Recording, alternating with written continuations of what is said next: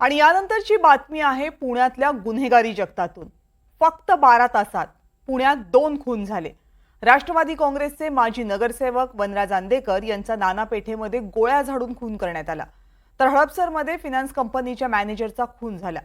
पुणे पोलिसांच्या कार्यक्षमतेवर प्रश्नचिन्ह उपस्थित होत असताना आता पुण्यातल्या या 2 खुनांनी पुणे पोलिसांसाठी परिस्थिती आणखी गंभीर केली आहे।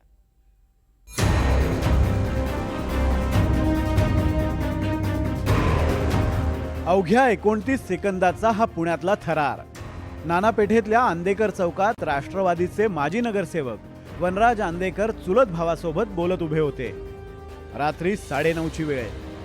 आंदेकर गप्पा मारत असताना काही समजण्याच्या आतच 6 दुचाकींनी त्यांना गराडा घातला।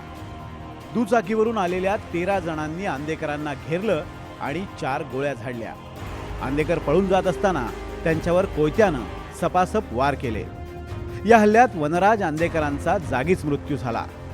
वनराज आंदेकर हे तेव्हाचा एकसंघ राष्ट्रवादी काँग्रेस पक्ष या पक्षाच्या वतीनं 2017 साली पुणे महानगरपालिकेवरती नगरसेवक म्हणून निवडून आलेले होते। त्यांच्या आई ह्यासुद्धा 2007 आणि 2012 अशा 2 वेळेला नगरसेवक होत्या। त्यांचे चुलतेसुद्धा याच महानगरपालिकेमध्ये नगरसेवक होते आणि याच कुटुंबातल्या एका सदस्यानं या शहराचं महापौर पदसुद्धा उपभोगलेलं आहे। म्हणजे हे जे राजकारणी, गुंडांची टोळे चालवणारी मंडळी आणि त्यांचं असलं जे पॉलिटिकल नेक्सस आहे ते इथेही चर्चेत आहे।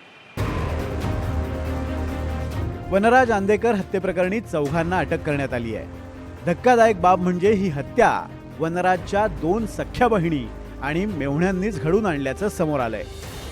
मालमत्ता आणि कौटुंबिक वादातून ही हत्या झाल्याचा संशय आहे।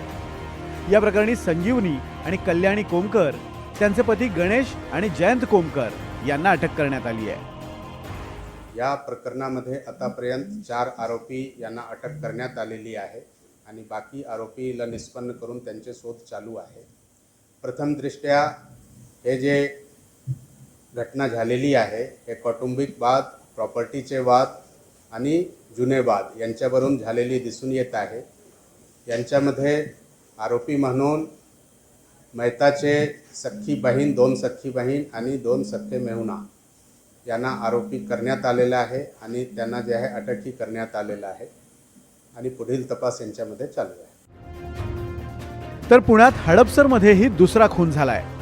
फायनान्स कंपनीच्या मॅनेजरचा हा निर्घृण खून करण्यात आला। वासुदेव कुलकर्णी असं खून झालेल्या मॅनेजरचं नाव आहे। पुण्यात 12 तासात 2 खून झाल्यानंतर विरोधकांनी कायदा सुव्यवस्थेच्या प्रश्नावरून सरकारला धारेवर धरलंय। जे बोलते ते डेटा ड्रिव्हन बोलते। मी कधीही वैयक्तिक कुणावरही आरोप करत नाही।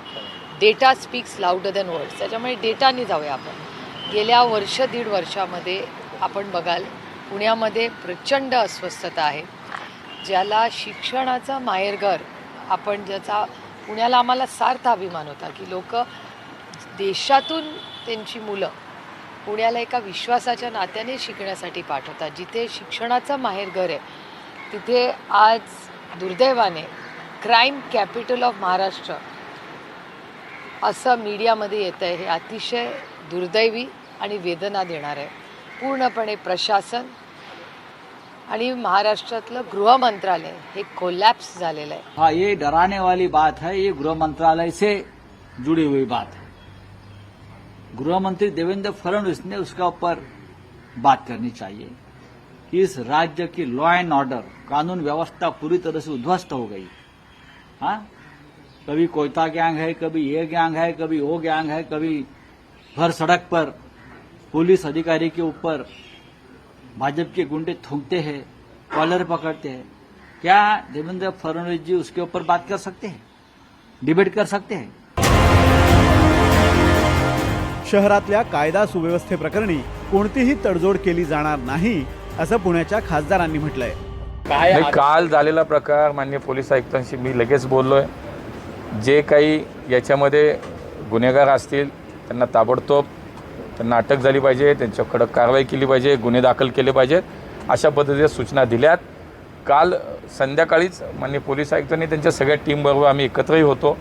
या शहरातला कायदा सुव्यवस्था हा 100% नीट राहायला पाहिजे, चांगला राहायला पाहिजे. ही पोलिसांना तशा पद्धतीच्या सूचना आम्ही दिलेल्याच आहेत आणि लोकप्रतिनिधी म्हणून आमची पण जबाबदारी. त्यामुळे या शहरातला कायदा सुव्यवस्थेबाबत कुठली तडजोड होणार नाही.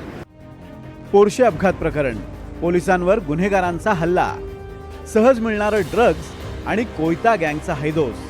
गेल्या 4 वर्षात पुण्यात पोलीस कर्मचाऱ्यांवर 200 हल्ले झाले. पिंपरी चिंचवडमध्ये 156 हल्ले झाले. या सगळ्या घटनांमुळे पुण्यात पोलिसांचा धाक आहे की नाही असाच प्रश्न पडतोय. पुण्यात 12 तासात भर रस्त्यात होणारे 2 खून पुण्याची चिंता वाढवणारे आहेत. गुन्हेगारांना जरब बसवण्यासाठी कठोर उपाययोजना करणं ही पुणे शहराची आजची गरज आहे. राहुल कुलकर्णी, NDTV मराठी, पुणे.